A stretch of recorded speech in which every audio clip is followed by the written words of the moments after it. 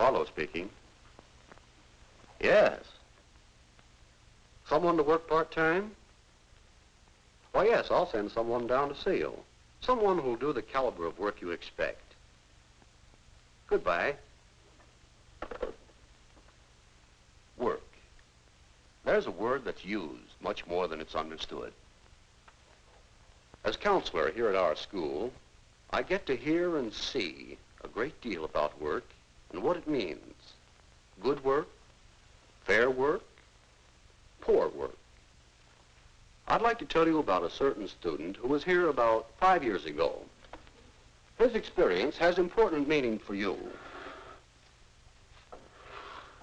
When Frank Taylor started in his first real job, he had only a vague idea about work, his responsibility to his employers, and to himself. But suppose we let Frank tell his own story. It all started with a sign in the window of Canfield shoe store. Sounded good, a chance to earn money for some of the things I wanted. So I talked to Mr. Canfield. We got along all right and, well, I got the job. It wasn't bad for a week or so, but then I began to get bored. It was just put shoes away, day after day. Put shoes away. Put more shoes away. Nothing ever broke the routine. All I did was put shoes away. And then the pay I got. Huh. That wouldn't buy many of those things I wanted. The shoe business was no good. And just because I got to work a half hour late now and then, I didn't understand why Mr. Canfield should get mad. When I had a customer, it was tiny shoes on big feet. These didn't look right. These didn't fit right. These were too expensive. These hurt her feet. Boy, some of those people really made me sick.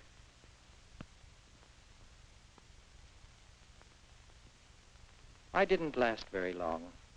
But then it was only a job. I figured I could get another job through the school guidance counselor.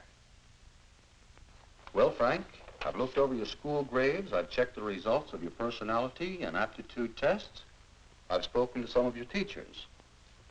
I think I have a job you should be able to fill.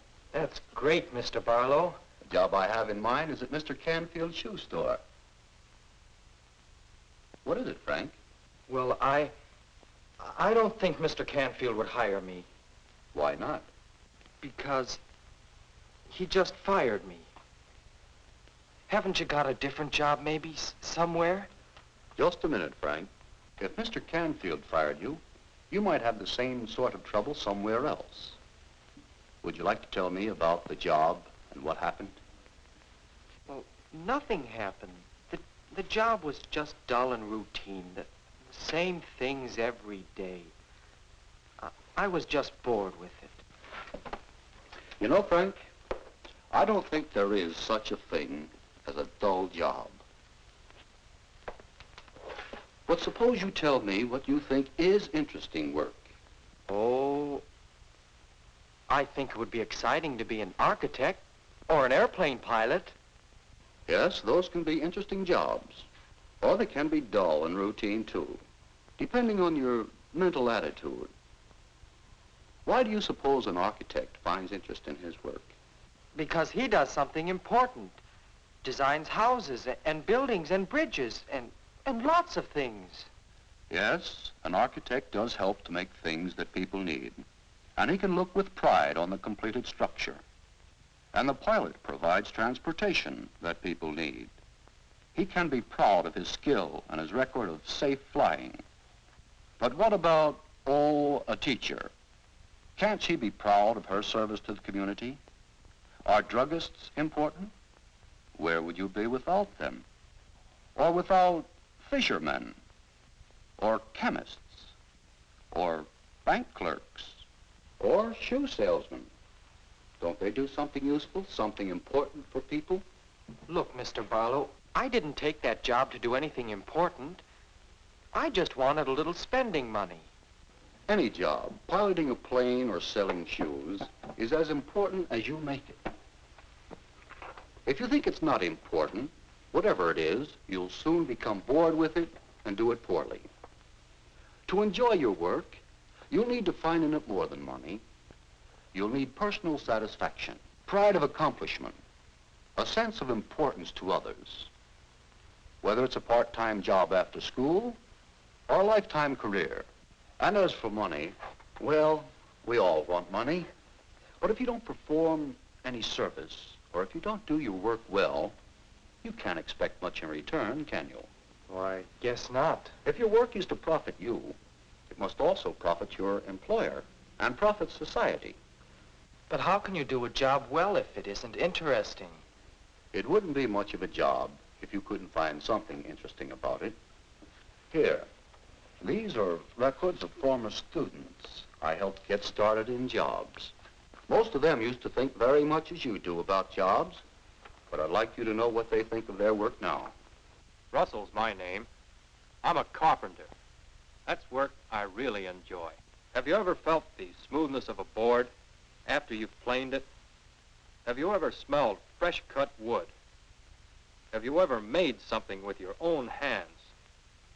You can't help enjoying work in which you can take a real pride.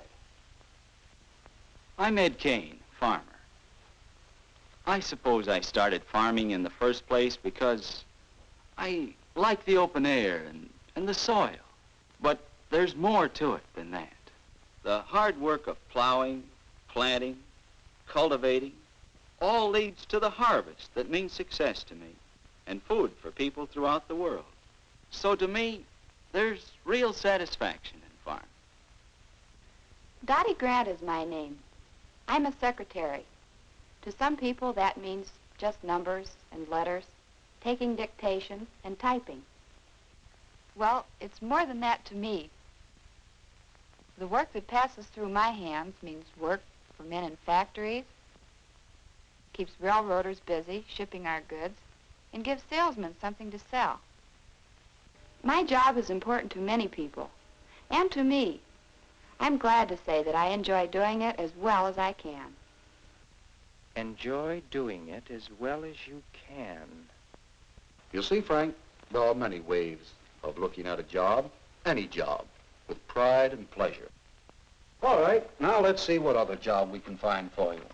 Or, Mr. Barlow, do you think Mr. Canfield would take me back if you asked him to?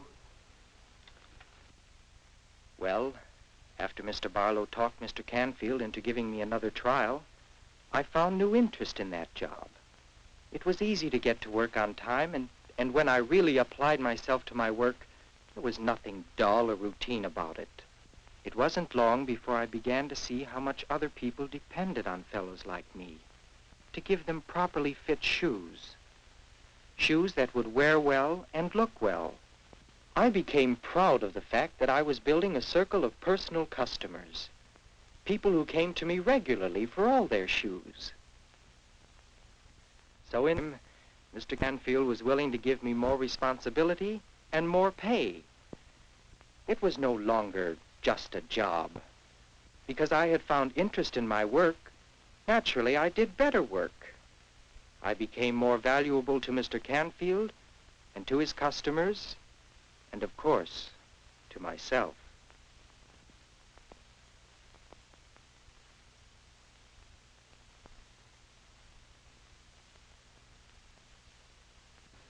Well, that's the story. Almost. That was 5 years ago. The reason I told you about Frank Taylor is that he called me just now. He needs a part-time helper. You see, he's manager of Canfield Shoe Store now. Does this begin to sound like fiction? It does happen. It happened to Frank because he found interest in his work and satisfaction in doing it to the best of his ability.